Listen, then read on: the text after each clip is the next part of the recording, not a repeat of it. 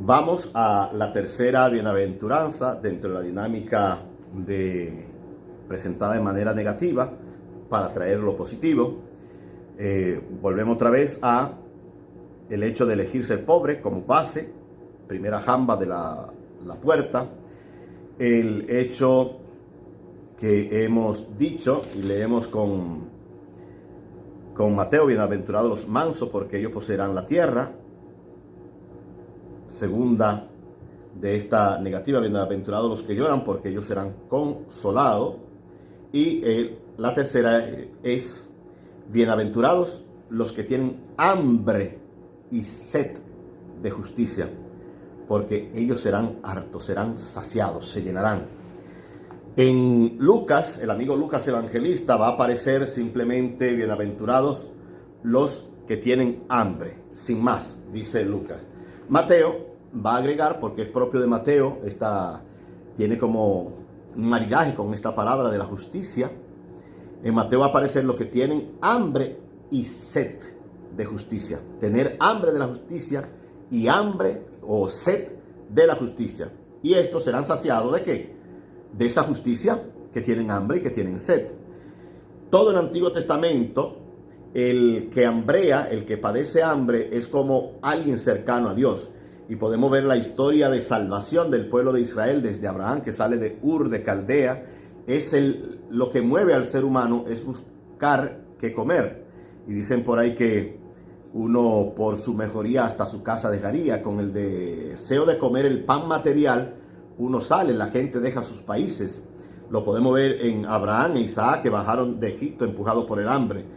Podemos ver la historia de José y sus hermanos, hijo de Jacob, la hambruna que mueve desde las tierras por allá hasta llegar a Egipto en busca de qué comer. También podríamos encontrar, tenemos por acá subrayado, las 1000 maneras de hambre que tiene el pueblo de Israel hasta encontrar la tierra de promisión, la tierra que emana leche y miel, que es como el ideal de la tierra sin males, donde no hay carencia de nada vital. En el Nuevo Testamento encontramos a Jesús también hambreando de cuando en vez, invitado a comer en algunas casas. En el Nuevo Testamento encontramos a Jesús en la multiplicación de los panes, y hemos visto en algunos momentos a los apóstoles preocupados por el hambre que tiene la gente, y le dice a Jesús: mándalo por ahí, por las aldeas, y Jesús va a tener que decir: denles ustedes de comer. Por lo tanto, el hambre va poblando toda la historia de salvación.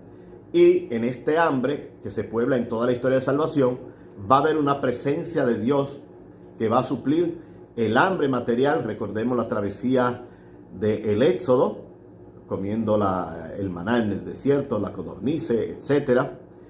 Y por ahí podríamos seguir. Planteamos con José Luis Martín Descalzo: ¿quiere esto decir que todo hambre y toda sed son sin más signo de bendición divina y anuncio de saciedad? Por lo menos lo que quiere decir es que el hombre no llena ese vacío de pan con una plenitud de envidias. El hambre es, como la pobreza, una situación de privilegio en el reino de Dios. Esto suena fuerte decirlo, pero lo que en el fondo se está diciendo es: el que padece hambre se parece a Dios. Podemos ir al juicio final en el capítulo 25 de Mateo: tuve hambre y me diste de comer. ¿Y cuándo fue eso, Señor? Cada vez que lo hicieron con uno de estos más pequeños, a mí me lo hicieron. Cuando compartes el pan, le está dando de comer a Dios mismo.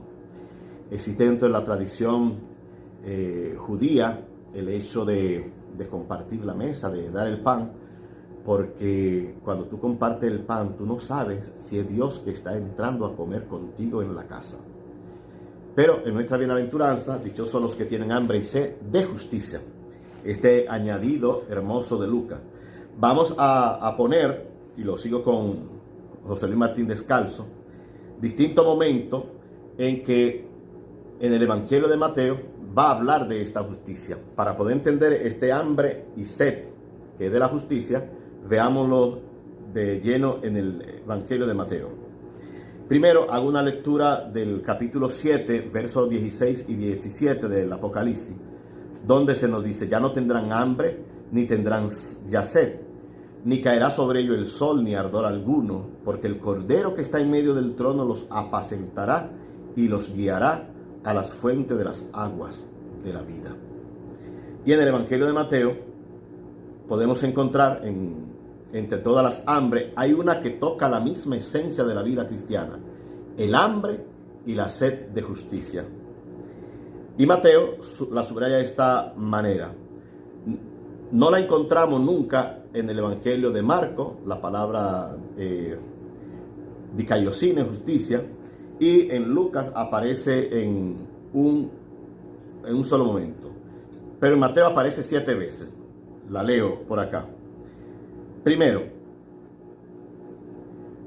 si su justicia, eso capítulo 5, 20, en este mismo capítulo va a aparecer: si su justicia no supera a los de escribas y fariseos, no entrarán en el reino de los cielos. Sermón del Monte, versículo más adelante de lo que estamos leyendo ahora. También dice, capítulo 6, parte del Sermón de la Montaña: cuiden de no obrar su justicia ante los hombres para ser visto por ellos. 6:1 o 6:33, que yo lo repito bastante: busquen primero el reino de Dios y su justicia, todo lo demás es añadidura.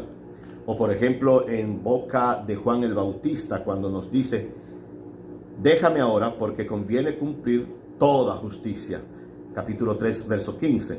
O cuando se habla en referencia a Juan el Bautista, que dice Jesús: porque vino a ustedes Juan por el camino de la justicia y no creyeron en él. Y en esta misma bienaventuranza, que es lo que nos toca, va a aparecer la palabra justicia en 2 ocasiones.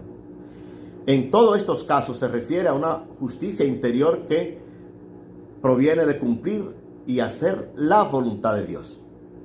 Esta justicia no es solo, la incluye lógicamente, no es solamente el hecho de la justicia jurídica o social, de las leyes que hemos de cumplir porque rigen, normalizan nuestro caminar en esta vida. La justicia jurídica o social no es solo, incluye, se trata de la justicia divina, de la justicia de Dios. Cuando hablamos de la justicia divina no queremos decir, porque a veces también se ha dicho, el Dios que viene con una correa, dando una pela, con un látigo. Va más allá de eso, es de la compasión y del amor. No se habla pues directamente en este sentido de la justicia social, aunque la incluye, ni la justicia jurídica, aunque la incluye. Es que todo el que lucha por algo justo está luchando ya por el reino de Dios. Pero es claro que quien busca el reino de Dios y su justicia, Mateo 6:33, tiene que hacerlo además con el mismo espíritu de Dios. No es la justicia tuya, no es la justicia mía, no es lo que yo creo que es justo. Es la justicia permeada, empapada, bañada de la justicia de Dios. Y si son dichosos los que tienen hambre y sed de justicia, si son dichosos los que lloran, los que son mansos, es porque va en el seguimiento pleno de asemejarnos cada vez más a nuestro Dios. Por lo tanto, esta búsqueda de la justicia, insistimos, no es mi justicia según el molde que yo tengo. No es la justicia al estilo de la ley de los fariseos, no es la justicia a nivel jurídico, social, aunque la incluya. Es una justicia que es mayor que ello. Buscar la justicia o tener hambre y sed de justicia es tener hambre de búsqueda constante de Dios. Como diría el salmista: como busca las siervas corrientes de agua, así mi alma te busca a ti, Dios mío. Tengo sed de Dios, del Dios vivo. ¿Cuándo entraré a ver el rostro de Dios? El salmista no dice si la siervita, el cervatillo, encuentra la fuente, porque la cuestión no es encontrar la fuente de agua que va a suplir mi sed. Lo importante es que yo busco la fuente. Lo importante no es que por fin ya me encontré con mi Dios, con el Dios que busco, ya por fin lo he visto cara a cara, como diría Job en el capítulo 19, verso 25. Lo importante es que yo estoy en esa búsqueda, que estos ojos que quieren ver a Dios. Lo importante no es si se cumple la justicia social, que tiene que cumplirse, porque nosotros hemos de ser partícipes de la justicia social, de la justicia jurídica que se realiza en la tierra. Pero la justicia que yo voy sintiendo este hambre y esta sed es aquella que me asemeja a mí como persona cada vez más a Dios. Tener hambre y sed de justicia es, por tanto, más que tener hambre y más que ser justo.